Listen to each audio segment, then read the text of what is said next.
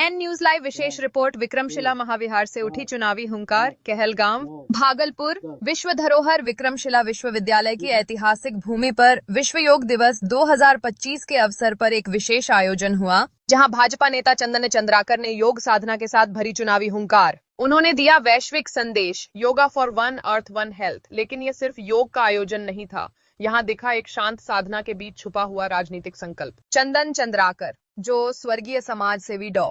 दिगंबर सिंह के सुपुत्र हैं, अब कहलगांव विधानसभा सीट से भाजपा के प्रबल टिकट दावेदार माने जा रहे हैं। उन्होंने विक्रमशिला की धरती से कहा कि ये आयोजन सिर्फ योग नहीं, ये बिहार के आत्मसम्मान और नेतृत्व की पुनर्परिभाषा है। कहलगांव अब सिर्फ अतीत का गौरव नहीं, भविष्य का नेतृत्व भी देगा। सैकड़ों नागरिकों और समर्थकों की मौजूदगी, योग मुद्रा में लहराता भारतीय तिरंगा और पृष्ठभूमि में विक्रमशिला की प्राचीन दीवारें, ये दृश्य एक चुनावी संदेश से कम नहीं थे। जानकार मानते हैं कि चंदन चंद्राकर का यह आयोजन न केवल आध्यात्मिक था, बल्कि यह 2025 के विधानसभा चुनाव से पहले भाजपा में उनकी दावेदारी को मजबूती से स्थापित करता है और कहलगांव से लेकर दिल्ली तक की हर राजनीतिक हलचल आप तक लाता है एन न्यूज लाइव, क्योंकि हम सिर्फ खबर नहीं, सच की सरगर्मी दिखाते हैं। कहलगांव से उठी चुनावी योग हुंकार। चंदन चंद्राकर बीजेपी टिकट के दावेदार, एन न्यूज लाइव।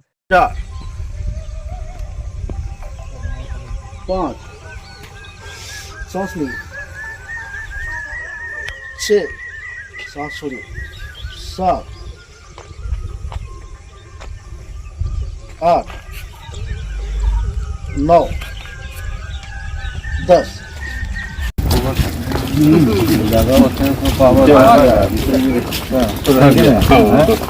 आज के आयोजन के बारे में बताओ। आज विश्व योग दिवस, अंतर्राष्ट्रीय योग दिवस हम लोग मना रहे हैं।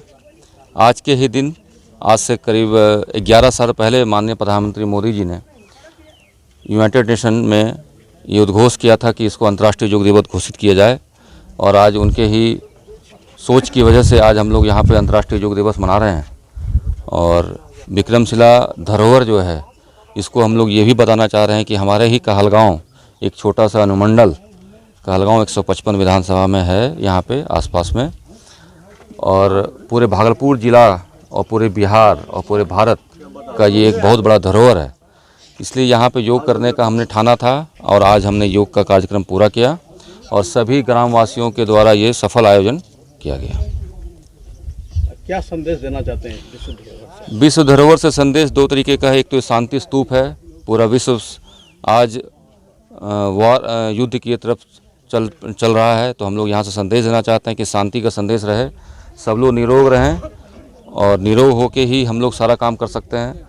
और हर एक दिन हम लोग अपने शरीर को 1 घंटा कम से कम प्रतिदिन व्यायाम करके निरोग करें अपने आप को, और पूरे विश्व को ये संदेश भी देना चाहते हैं इस शांति स्तूप से कि ये शांति बहुत ज़रूरी है। आज का दौर युद्ध का नहीं, शांति का दौर है। ये मैसेज देना चाहते हैं और बताना चाहते हैं पूरे सरकार को भी कि हमारा विक्रमशिला विश्वविद्यालय का पुनरुद्धार हो, और यहाँ पे सभी लोग इसका, शिक्षक लोग, बालक लोग, जितने बच्चे हैं, सबको इसका शिक्षा का भी लाभ उठा सकें। और यही संदेश के साथ हम लोग यहाँ पे आज। क्या कारण है कि विक्रमशिला आज भी उपेक्षित है? इसके समकालीन नालंदा पूर्ण विकसित हो गया।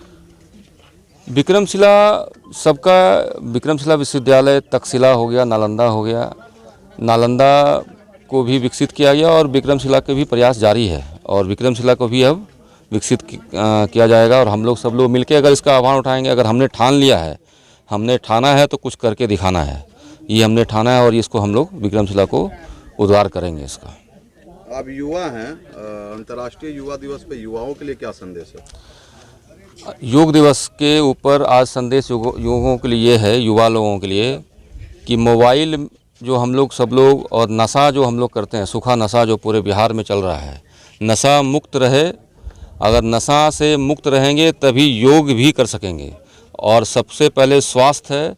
पहले भी बचपन में भी हम लोग पढ़ते थे, हेल्थ इज वेल्थ।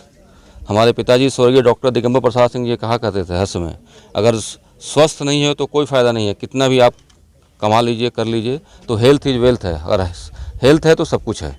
यही हमारे को युवा को संदेश है कि आप लोग सूखा नशा करना बंद कीजिए, नशा नहीं करना है, और व्यायाम करना है, और साथ साथ में पढ़ाई लिखाई पे जोर देना है।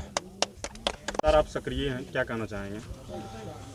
क्षेत्र में सक्रिय होने का एक ही मकसद है। हमने बिहार के हेड के नाते बैंक ऑफ बड़ौदा में नौकरी की थी और उसका त्यागपत्र देके इस विधानसभा को कुछ न कुछ तो करने आए हैं।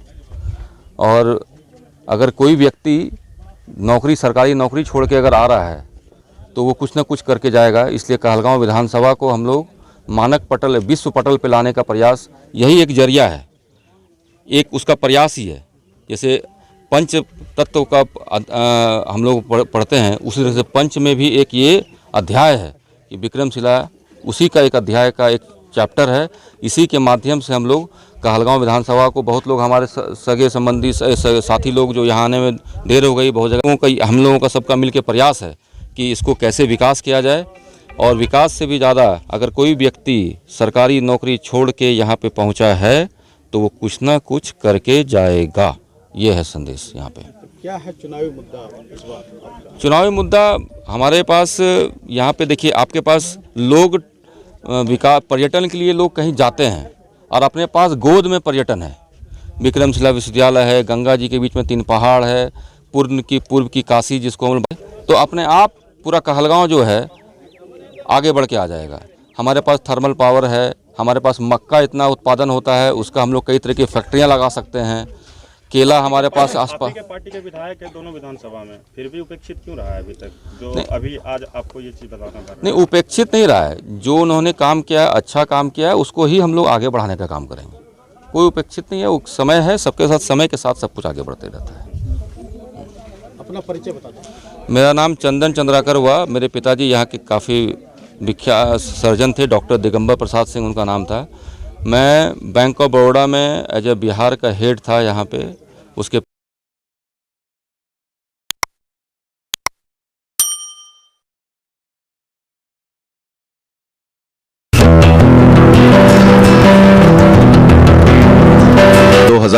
की डुगडुगी अब जोरों पर है।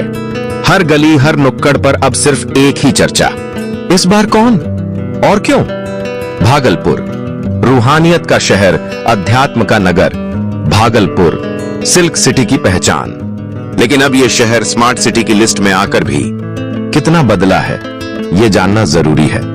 इसी सवाल को लेकर एन न्यूज लाइव का विशेष चुनावी मंच कहिए नेताजी पहुंचा है भागलपुर नगर निगम के।